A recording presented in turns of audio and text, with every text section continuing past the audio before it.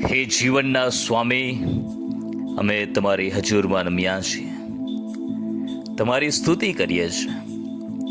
હવે પછી તમે તમારા વચનથી અમારી સાથે બોલો. તમે જે કહેવા માગો છો તે તમે અમને કહો. અમારા કાન ઉઘાડો કે અમે તમારા વચનો સાંભળીએ. અમારા હૃદયોને પ્રભુ ખુલ્લા કરો કે અમે તમારા વચનોને ગ્રહણ કરી શકીએ અને તમારા વચન પ્રમાણે અમારું જીવન થાય. પ્રભુ ઈસુના નામમાં પ્રાર્થના કરીએ છીએ. આમેન. હાલેલુયા. પ્રભુની સ્તુતિ થાઓ.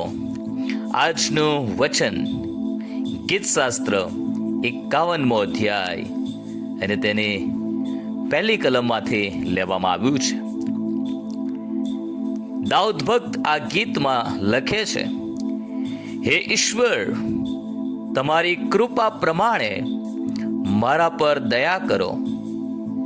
તમારી પુષ્કળ રહેમ પ્રમાણે મારા ઉલ્લંઘન ભૂંસી નાખો.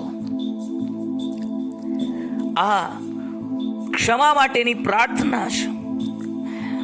દાઉદ ભક્ત પ્રભુના મનગમતા વ્યક્તિ હતા, મનગમતો માણસ હતો પ્રભુનો. શમુએલ દ્વારા તેમનો અભિષેક કરવામાં આવ્યો રાજા તરીકે અને તેઓ ઇઝરાયલના રાજા હતા. 40 વર્ષ સુધી તેમણે રાજા તરીકે રાજ કર્યું ઇઝરાયલ પ્રજા ઉપર. પણ તેમણે તેમના જીવનમાં કેટલાક પાપ કર્યા હતા જે પરમેશ્વરની દ્રષ્ટિમાં અયોગ્ય હતું. એ તેમણે કર્યું. પણ દાઉદ ભક્ત પ્રામાણિક વ્યક્તિ હતા, માટે તેમણે તેમના ઉલ્લંઘનો, તેમના પાપ છુપાવ્યા નહીં. પ્રભુનું વચન કહે છે, જે પોતાના પાપ કબૂલ કરે છે તેની આબાદી થાય છે, પણ જે પોતાના ઉલ્લંઘનો છુપાવે છે તેની આબાદી અટકી જાય છે. દાઉદ ભક્ત પરમેશ્વરને વિનંતી કરે છે, હે પરમેશ્વર, તમારી કૃપા પ્રમાણે મારા પર દયા કરો. દાઉદ ભક્ત પોતાની યોગ્યતા પ્રમાણે નહીં કે હું આટલો સમય પ્રાર્થના કરું છું, મેં આટલા ગીતો લખ્યા છે, હું આવા 10 તારવાળા વાજિંત્રો વગાડીને હું તમારી સ્તુતિ કરું છું, તો પ્રભુ મારા પર દયા કરો. ના, દાઉદ ભક્ત પોતાની યોગ્યતા પ્રમાણે પ્રભુને વિનંતી કરતા નથી કે મારી યોગ્યતા પ્રમાણે મારા પર દયા કરો, પણ તે પ્રભુને જણાવે છે કે તમારી કૃપા પ્રમાણે, અકોર્ડિંગ ટુ યોર ગ્રેસ. અને આપણા પ્રભુની કૃપા એ તો જીવન કરતા પણ ઉત્તમ છે, આકાશો કરતા પણ મોટી છે. અને એટલા માટે દાઉદ ભક્તને ખબર છે કે હું મારી યોગ્યતા પ્રમાણે પ્રભુની પાસે દયા માગીશ તો મને નહીં મળે, પણ હું પ્રભુને વિનંતી કરીશ કે પ્રભુ તમારી કૃપા પ્રમાણે મારા પર દયા કરો. એક ફરોશી વ્યક્તિ મંદિરમાં ગયો અને પોતાની યોગ્યતા પ્રમાણે પ્રાર્થના કરીને ગયો. હું અઠવાડિયામાં 3 દિવસ ઉપવાસ કરું છું, દશાંશ આપું છું, અન્યાય કરતો નથી, હું આવો નથી, તેવો નથી, પણ તેની પ્રાર્થના સાંભળવામાં આવી નહીં. દાઉદ ભક્ત આ 51મા અધ્યાયની 17મી કલમમાં કહે છે કે ઈશ્વરના યજ્ઞો તો રાંક મન છે. હે ઈશ્વર, તમે રાખ અને નમ્ર હૃદયને ધિક્કારશો નહીં. જેઓ પરમેશ્વરની પાસે આવે છે, પ્રભુની પાસે નમી જાય છે, નમ્ર હૃદય આવે છે અને પ્રભુને વિનંતી કરે છે, એ વ્યક્તિ ઉપર દયા કરવામાં આવે છે. ને દાઉદ ભક્ત કહે છે કે તમારી પુષ્કળ રહેમ પ્રમાણે મારા ઉલ્લંઘન ભૂંસી નાખો. આ ગીતમાં આપણે વાંચીએ છીએ કે તે વારંવાર પ્રભુને વિનંતી કરે છે, મારા ઉલ્લંઘન ભૂંસી નાખો, મને અન્યાયથી પૂરો ધોવો, પાપથી મને શુદ્ધ કરો, મને નવડાવો, મને ધોવો, મને હિમ કરતા ધોળો કરો. એ શુદ્ધતા અને પવિત્રતાની વાત કરે છે. દાઉદના હૃદયમાં એક ઝંખના હતી. એને જે પાપ કર્યું હતું એ પાપ એને ખૂંચતું હતું. આંખમાં કણીની પેઠે એ પાપ તેને ખૂંચતું હતું. એ વારંવાર એ પાપ તેને અશાંત કરી મૂકતું હતું. એ પાપ જે તેણે ઈશ્વરના વચનની વિરોધમાં કર્યું હતું, બાદશેબાની સાથે જઈને જે વ્યભિચારનું પાપ કર્યું હતું, અને ત્યાર પછીથી જેવી રીતે તેણે ઉરિયા હિત્તીને મારી નંખાવ્યો હતો, આ બધા જ પાપો તેને યાદ આવતા હતા અને તે જીવનમાં અશાંત થઈ જતો હતો.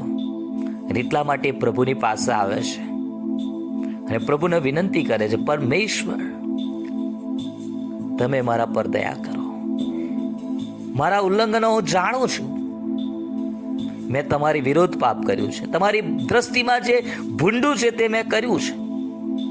પ્રભુ, જ્યારે તમે બોલો તમે ન્યાયી ઠરો, તમે ન્યાય કરો ત્યારે તમે નિર્દોષ ઠરો. પણ હે પ્રભુ, હું ખરા હૃદયથી તમારી પાસે આવું છું, મારા પર દયા કરો. અને આપણો પરમેશ્વર તો બહુ દયાળુ છે.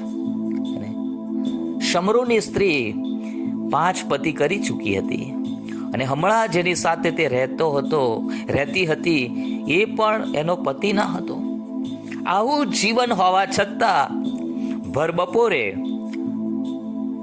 સમરૂની સ્ત્રીને પ્રભુ ઈસુ ખ્રિસ્ત એક કુવા પર મળે છે, તેની સાથે વાર્તાલાપ કરે છે, તેને જીવન પાણી વિશે વાત કરે છે અને એ સ્ત્રીનું જીવન પ્રભુ ઈસુ બદલી નાખે છે. મધરાત્રે નિકોદેમસ નામે એક સભાસ્થાનના અધિકારીને પ્રભુ ઈસુ ખ્રિસ્ત મળે છે, મિડનાઇટમાં અપોઇન્ટમેન્ટ આપે છે અને એના જીવનને બદલી નાખે છે. ઝાંખી દાણી જે ઝાડ પર ચડ્યો હતો ત્યાં પ્રભુ તેની પાસે પહોંચી જાય છે, તેને નીચે ઉતારે છે, તેના ઘેર પ્રભુ ઈસુ રહેવા માટે જાય છે અને એ ઝાંખી દાણીમાં પસ્તાવો ઉત્પન્ન થાય છે. એ પાપનો પસ્તાવો કરે છે અને પ્રભુ કહે છે કે આજ આ ઘેર તારણ આવ્યું છે. વાલાઓ, આજે સવારે પ્રભુનો સંદેશ આપણા બધાને માટે બહુ સ્પષ્ટ છે. જો આપણા જીવનમાં કોઈ પણ એવું પાપ, કોઈ એવું છાનું પાપ, એવું કોઈ ગુપ્ત પાપ, રહસ્યમય પાપ કોઈ જાણતું નથી, પણ એ પાપ તમે કર્યું છે, એ પાપના કારણે તમે હેરાન થઈ રહ્યા છો, અશાંતિ અનુભવી રહ્યા છો, બેચેની અનુભવી રહ્યા છો, વારંવાર એ પાપ શૈતાન તમને યાદ દેવડાવ્યા કરે છે કે તું આવો છે, તું આવી છે, તો આજે જ તમે પ્રભુ ઈસુની પાસે જાઓ. આજે જ આપણા પ્રભુ પરમેશ્વરની પાસે જાઓ અને તેમને વિનંતી કરો, હે ઈશ્વર, તમારી કૃપા પ્રમાણે મારા પર દયા કરો, તમારી પુષ્કળ રહેમ પ્રમાણે મારા ઉલ્લંઘન ભૂંસી નાખો. ને પ્રભુને કહો, હે પરમેશ્વર, મારામાં શુદ્ધ હૃદય ઉત્પન્ન કરો, મારા આત્માને નવો અને દ્રઢ કરો. અને પરમેશ્વર આજે જ તમને પ્રભુ ઈસુ ખ્રિસ્તના મૂલ્યવાન રક્તમાં તમને શુદ્ધ અને પવિત્ર કરવા માટે સમર્થ છે. તે જરૂર કરશે. તે તમારા ઉલ્લંઘનોને ભૂંસી નાખશે, તમારા પાપોને ભૂંસી નાખશે અને તે તમને શુદ્ધ અને પવિત્ર કરશે. તમારી અંદર એક શુદ્ધ હૃદયને ઉત્પન્ન કરશે, તમારા આત્માને નવ અને દ્રઢ કરશે. જેઓ ઉલ્લંઘનો છુપાવીને જીવન જીવ્યા કરે છે તેમના ઉપર નહીં, પણ જેઓ પ્રામાણિકતાથી પરમેશ્વરની હજુરમાં આવે છે અને પ્રભુને વિનંતી કરે છે તેમના ઉપર પરમેશ્વર કૃપા કરે છે. વાલા ભાઈ બહેનો, આ વચન તમને સમજવાને માટે પવિત્ર આત્મા સહાય અને મદદ કરો અને આ વચન પ્રમાણે તમે આજે અને હમણાં જ પ્રભુની પાસે આવો અને તમારા જીવનમાં થઈ ગયેલા દરેક પાપ, અપરાધ, અન્યાયોને માટે હમણાં જ જીવનનો ઝરો, યેસુ ખ્રિસ્તના રક્તનો ઝરો આપણા માટે વહેતો છે, એમાં તમે શુદ્ધ અને પવિત્ર થાઓ. શુદ્ધતા અને પવિત્રતામાં આગળ વધો. પ્રભુ આ વચનો સમજવાને માટે તમને સર્વને પુષ્કળ કૃપા પૂરી પાડો. God bless you. Have a nice day.